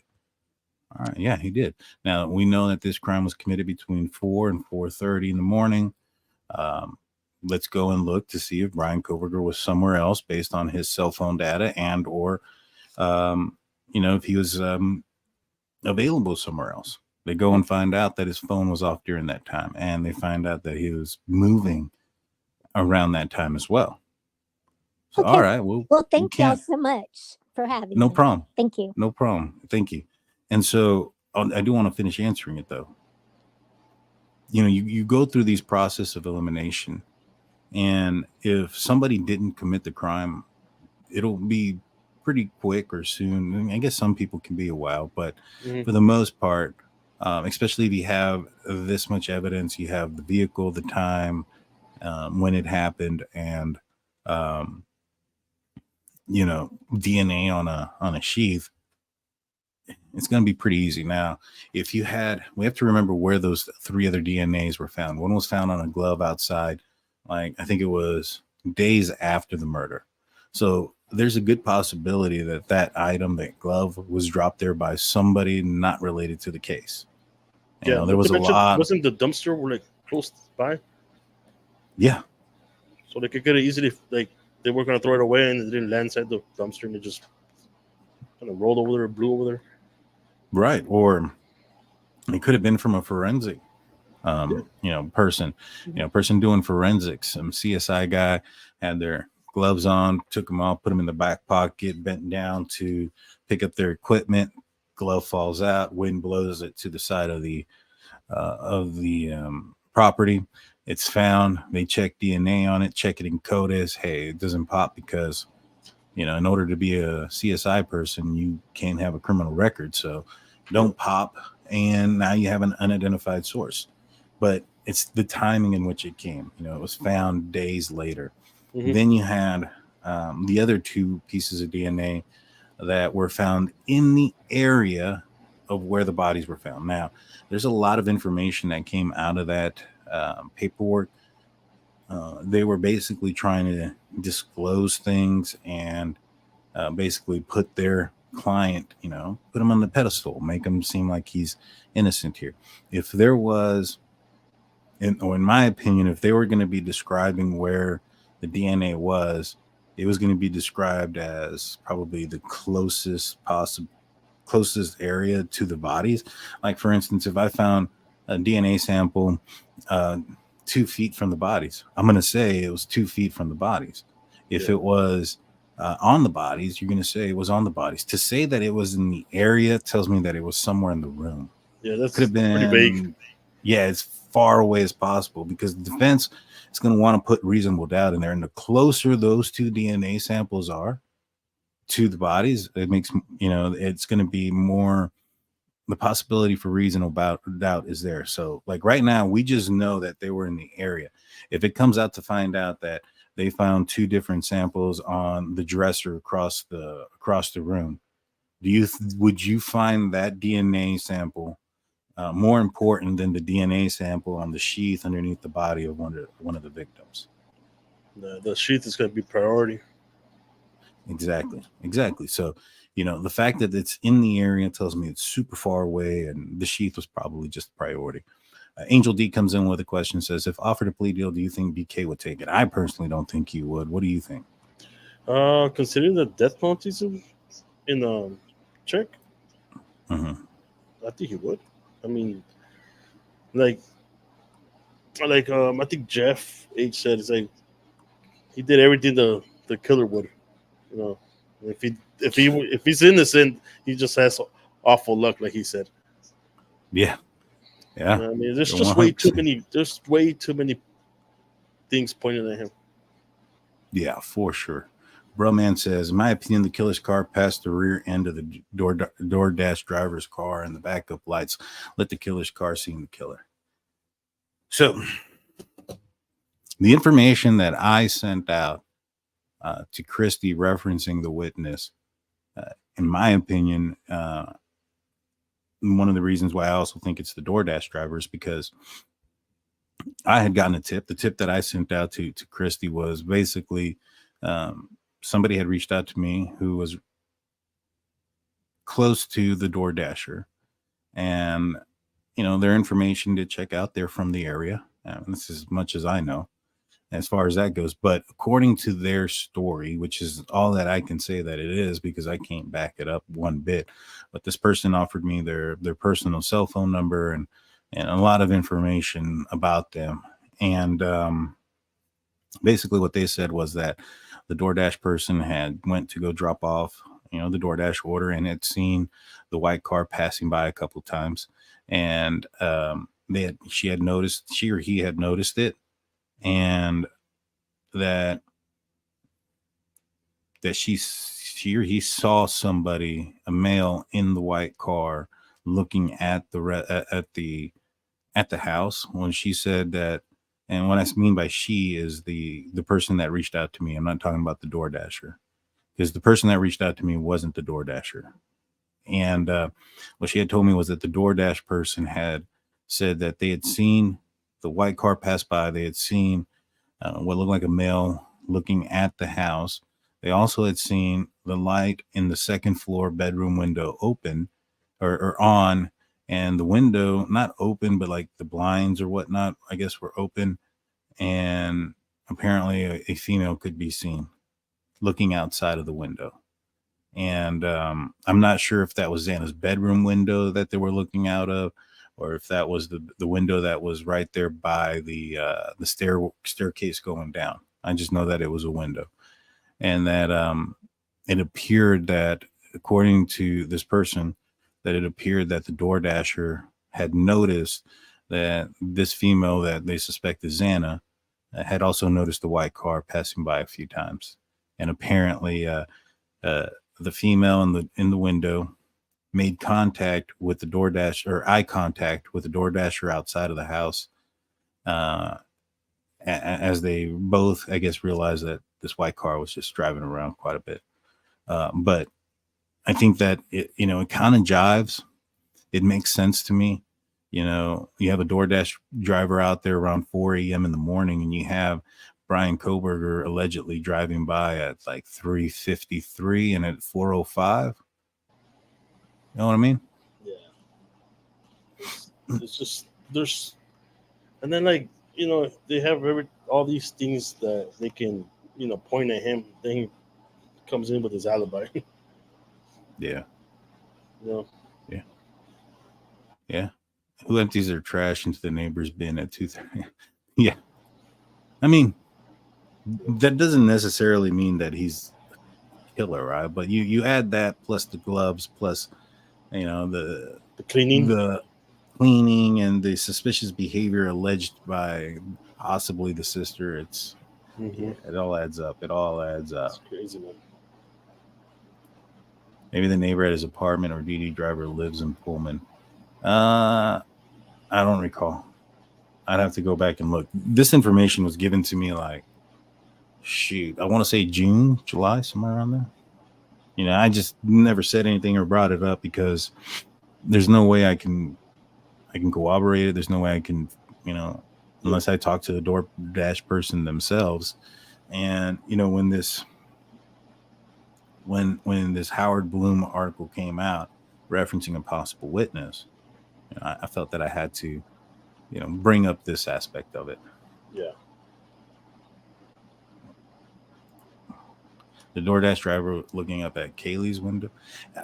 It wasn't Kaylee's window. It was the second floor window from the front of the house. So it would have had to have been either Xana's window or the window that's in the living room area. And basically what it was is that they saw the car pass by. I'm assuming the car was passing by the second time coming back around, and the DoorDasher apparently noticed it and looked at it and looked at this person was looking at the house. And when this person looked at the person looking at the house, they glanced to see what this person was looking at. And at the house, you could see a light on, which I probably assumed that light was on already. But in the window, a woman was there looking down.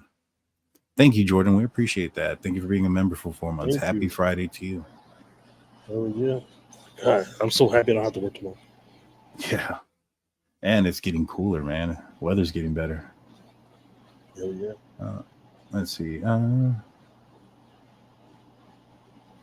Let's see. I think I'm caught up. Hold on.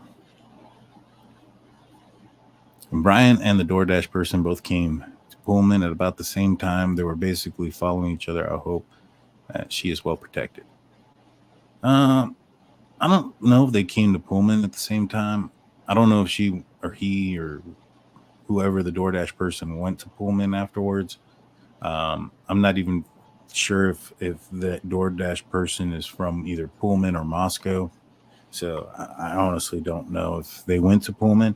I know that we know that if it was Bryan Kohberger, his phone turns off at 2:57 or something like that in the morning, and at 3:26 he's seen on camera for the first time on Indian Hills Drive. So unless they were both driving from Pullman, and the other thing is too, I don't know what the DoorDash order was.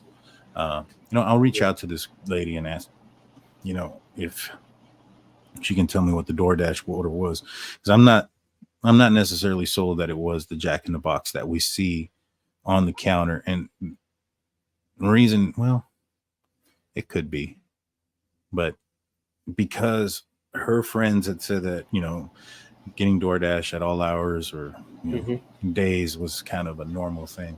Yeah, and not only that, but there's a lot of other there's beer cans, Coke cans, all this other stuff around from days prior. So that that bag could be from the day before, or who knows how long. I'm not really sure if that's the actual bag that they actually delivered. Yeah. How much does YouTube keep for their portion of fees? Like 30-35%, something like that. Maybe a little bit more. Too much. Yeah. Would a criminology PhD student be educated and trained in keeping DNA out of a getaway car? I think that he would be trained to keep DNA out of their personal car, period. Taking a scene with you has its dangers. So if you go to a crime scene and you have a couple of people, like not every crime scene you go to are college students, right? Majority aren't, that they're good college kids that are healthy and stuff. Sometimes you go into a scene where you're dealing with a couple of maybe some needle addicts that maybe perhaps have certain diseases that can be contracted through open cuts and things like that, or other things. And you don't want to take that home with you. Yeah. Right. You don't want to step on something, piece of, blood, and then, bring that home, bring that into your vehicle, stuff like that. So they train you on how not to do that, which essentially would be a way of how not to bring a crime scene with you if you commit a crime. So it's. Yeah, totally agree with you. Yeah. They do a background check for a reason and stuff. So, some people slip through, but eventually, the people that they train and people that get, apply and get hired, the police department ain't looking at them like, oh, this is a person that's going to come in here to commit this crime or anything like that. There's, they look at their background, and these people are supposed to be law-abiding citizens and the whole nine yards, which is why I think that he had trouble getting into the apprenticeship as a Pullman, because one, I think that in the spring he had his issues where he got kicked out. Most recent one was getting kicked out as a security guard that he was working at back at home. He got, he was forced to resign there just before moving to Pullman. So if Pullman Police Department did a background check, which we know that they do based on their website, that there is a background check done on interns, I think there's a possibility he didn't pass it. And the second time in the fall, given his interactions with Professor Snyder and the female PhD student, I don't think he would have gotten it then either. I don't think he would have passed. Let's see. How does the informant work? It depends, to be honest with you. And I'm not familiar with that. I've never had an informant or anything like that in my career, so I'm not really not sure. I'm really starting to question the DD driver. Something's really off, in my opinion. I mean, maybe. I mean, she just dropped off food, saw somebody driving around. Yeah. And at 4 a.m, looking at a house suspiciously. I mean, you know, if I was dropping off food, or Jaime, if you were dropping off food at a place, if you were a DoorDash driver and you noticed somebody driving around, you know, and they're driving slow, looking at the house, would that catch your attention? Yeah, especially like if they already described that day being real slow. Don't know what. Not a lot of things were happening. Then yeah, I would. I mean, I'll probably be eating their food a little bit too. I'll take some bites, but Yeah. you know what I mean. While I'm not eating their food, I'll probably be watching who's around. You know what I mean? So the DD driver just happened to live 1,200 feet from I don't know where the DD driver lived. His words. I don't know whose his words are, or whose his words are. But to my knowledge, I mean, I honestly don't know where this person lives. Whether it's in Pullman or Moscow, or could be Coeur d'Alene, could be Blaine, Idaho. I honestly don't know. Okay.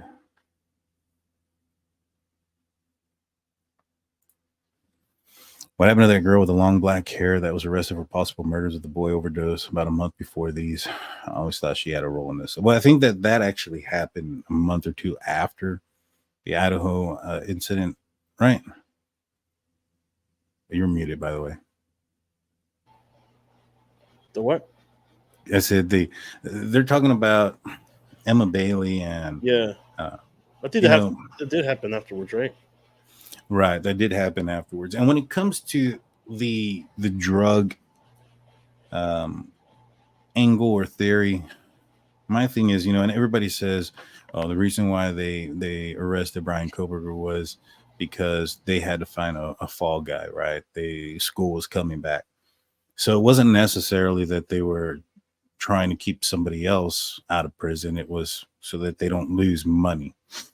Okay, so if there was a drug connection between any of the surviving roommates or the victims, they had their phone, the police had their phones and forensically went through them. I think that there would have been some sort of evidence connecting to some sort of drug angle, whether it was, I want my money, I want my stuff, you know, those things would come out like, hey, this person is texting some pretty crazy stuff. Let's go look into that person.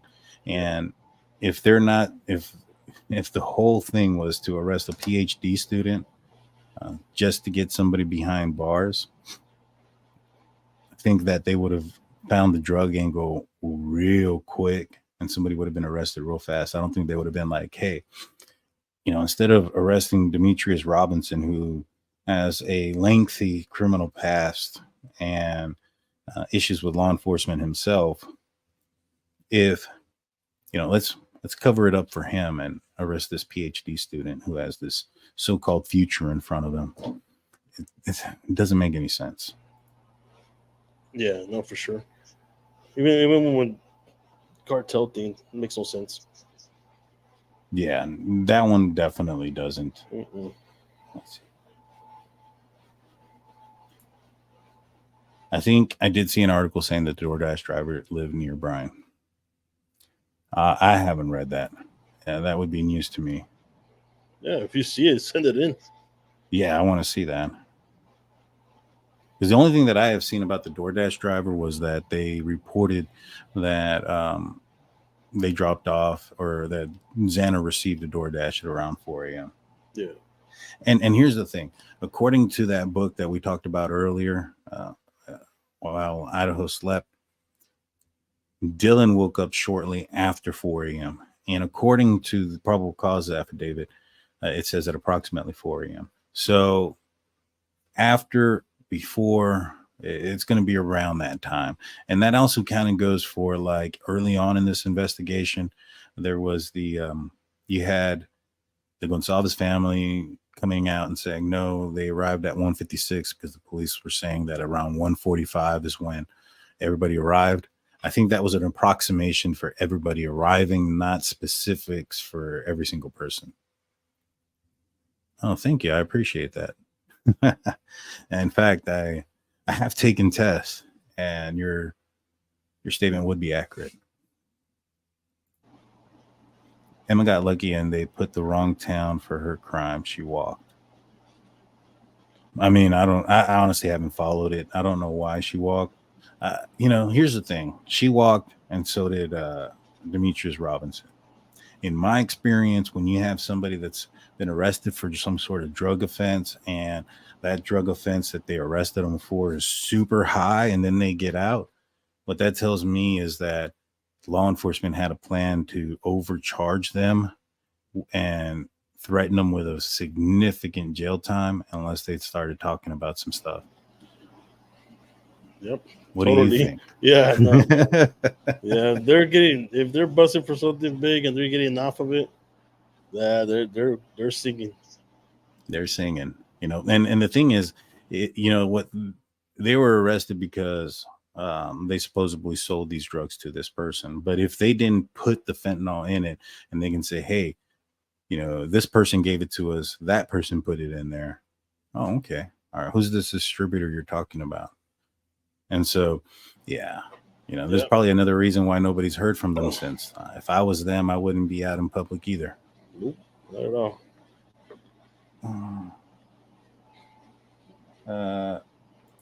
Oh, okay. All right. Yeah, it was the private driver who lived near Bryan. All right, good deal. I didn't even know that. I know that the guy's name, but I didn't know he lived in Pullman. That's interesting.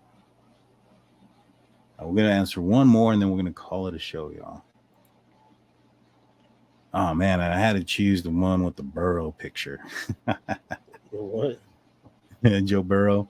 DD Ohio girl says, how did they say they know the DD driver lived near Bryan? They never have said the DD driver is. I believe the DD driver is a state's witness. I do too. I think that they're possibly one of the witnesses, just basically based on how they've been reported to in the probable cause affidavit, how they spoke about that this person self-reported, and if Howard Bloom, if anything, is accurate in their statement, which I didn't ask Christy if that article was accurate or inaccurate, or if they talked to them or not. At the time of when I talked to Christy, that was before they made their statement. And, it wasn't, told to me that way. So if anything is accurate, and it was a tip that basically came, that created the informant, and it sounds like it's the DoorDasher. Mm-hmm. Do you have any final questions, comments, or anything like that, Jaime? I miss Blue. I think a lot of people will agree. Yeah, Blue's the man. Yeah. I like picking on him, but it's all fun. He knows it. He knows I don't mean none of the crap I say. He was going to sport out a new hat tonight, so I'm pretty disappointed that he didn't come out. Not only were we disappointed, he was disappointed he couldn't do it. That's true. He was very disappointed that he couldn't come out in his special attire for you guys, but he'll be back on Monday. We will too, unless something crazy breaks from here to then we'll do a show in between. But if nothing breaks from here to there, we'll be back on Monday. If you have any questions, comments, concerns, things of that nature, hit us up at our email. You can, I had the call-in number. That call-in number doesn't even exist anymore. I just noticed it at the bottom. If anybody called that number does not exist no more. Somebody random is answering. Right. Well, that was my the number I created for the show so people could call in. Oh, okay. And what do you call it? It didn't work. It kept hanging up on people, so I just deactivated the app, so I don't even have it no more. But with that said, man, we'll see you guys on Monday. Y'all have a great weekend. Be safe. Friday the 13th. Don't run into anybody with a hockey mask. Be safe. Peace out. Later, man.